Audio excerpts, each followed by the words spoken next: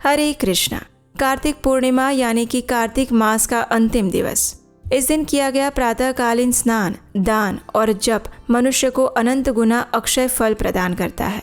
ये दिन भगवान श्री विष्णु की भगवान सत्यनारायण देव की पूजा अर्चना करने के लिए विशेष बताया गया है और चातुर्मास का ये अंतिम दिन अत्यधिक पुण्य प्रदायक बताया गया है। और ऐसे ही कार्तिक पूर्णिमा बस कुछ ही दिनों में आने वाली है। तो चलिए आज के इस वीडियो में जानते हैं कि इस बार कार्तिक पूर्णिमा कौन से दिन आ रही है, इस दिन के शुभ मुहूर्त क्या रहेंगे, भगवान श्री विष्णु की पूजा अर्चना करने का समय क्या रहेगा। आइए आज का कार्तिक पूर्णिमा कब है, ये विशेष वीडियो आरंभ करते हैं। इस बार वर्ष 2025 में कार्तिक पूर्णिमा आ रही है 5 नवंबर 2025 बुधवार के दिन। पूर्णिमा तिथि का आरंभ हो जाएगा 4 नवंबर को रात्रि में 10:26 पर और ये तिथि समाप्त होगी 5 नवंबर को शाम 6:48 पर। अब देखिए, कार्तिक मास के संपूर्ण मास के दौरान प्रातः काल में सूर्योदय से पहले ब्रह्म मुहूर्त में स्नान करने का विशेष महत्व होता है और स्नान करने के बाद भगवान श्री विष्णु की पूजा की जाती है।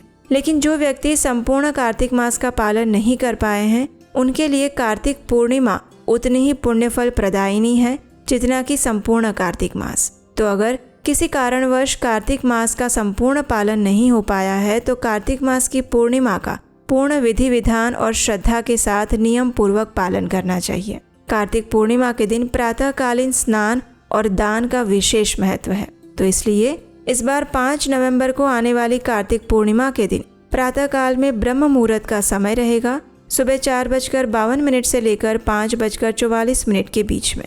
सूर्योदय होगा सुबह 6:36 पर और प्रातःकाल में भगवान श्री विष्णु की पूजा अर्चना करने का समय रहेगा सुबह 5:18 से लेकर 6:36 के बीच में। संध्या काल की पूजा का समय रहेगा शाम 5:33 से लेकर 6:51 के बीच में और सूर्यास्त का समय रहेगा शाम 5:33।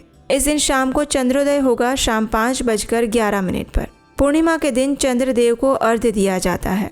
जो पूर्णिमा का व्रत करते हैं वे चंद्रमा को इस दिन विशेष रूप से अर्घ्य प्रदान करते हैं। और इस बार कार्तिक पूर्णिमा के दिन ही देव दीपावली का भी पर्व मनाया जाता है। शास्त्रों में कहा गया है कि देव दीपावली के दिन सभी देवतागण पृथ्वी पर आते हैं और अपनी दीपावली मनाते हैं, क्योंकि इसी दिन भगवान शिव ने त्रिपुरासुर नामक दैत्य का वध किया था और सभी देवताओं ने दीपक प्रज्वलित करके उत्सव मनाया था। इसलिए इस दिन दीपदान भी करना अत्यधिक लाभदायक बताया गया है। तो इसलिए कार्तिक पूर्णिमा के दिन संध्या काल में दीपदान करने का समय गोधूली मुहूर्त होता है और इस दिन गोधूली मुहूर्त का समय है शाम 5:33 से लेकर 5:59 के बीच में। इस दिन दोपहर में 12:04 से लेकर 1:27 के बीच में राहु काल भी लगने वाला है। तो इसलिए इस समय के दौरान कोई भी शुभ कार्य या धार्मिक अनुष्ठान ना करें। कार्तिक पूर्णिमा के दिन अपने घरों को सजाना चाहिए। भगवान श्री विष्णु और माता लक्ष्मी का विशेष पूजन करके, उनकी आराधना करके उनके आशीर्वाद प्राप्त करने चाहिए। इस दिन घर के मुख्य द्वार पर हल्दी मिश्रित जल डालकर हल्दी से स्वस्तिक बनाने की भी परंपरा है। कहा जाता है कि ऐसा करने से माँ लक्ष्मी घर में प्रवेश करके उसे धन और धान्य का आशीर्वाद प्रदान करती हैं। साथ ही कार्तिक पूर्णिमा के दिन विशेष रूप से सत्यनारायण भगवान की व्रत कथा भी सुनी जाती है। इस व्रत का पालन किया जाता है जिससे मनुष्य की समस्त मनोकामनाएं पूर्ण हो जाती हैं। कई लोग इसी दिन यानी कि कार्तिक मास की पूर्णिमा के दिन ही तुलसी विवाह का पर्व भी मनाते हैं। कार्तिक मास की इस पूर्णिमा तिथि पर इस्कॉन के अधिकतर मंदिरों में तुलसी विवाह का आयोजन किया जाता है।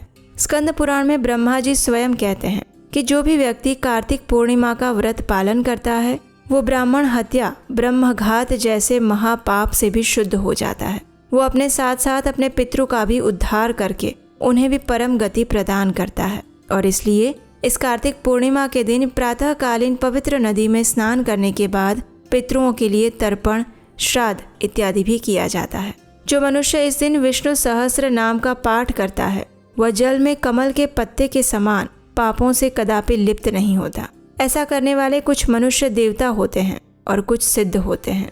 जो मनुष्य कार्तिक मास की पूर्णिमा के दिन भगवत गीता का पाठ करता है उसे प्रतिदिन अश्वमेघ यज्ञ करने का पुण्य फल प्राप्त होता है।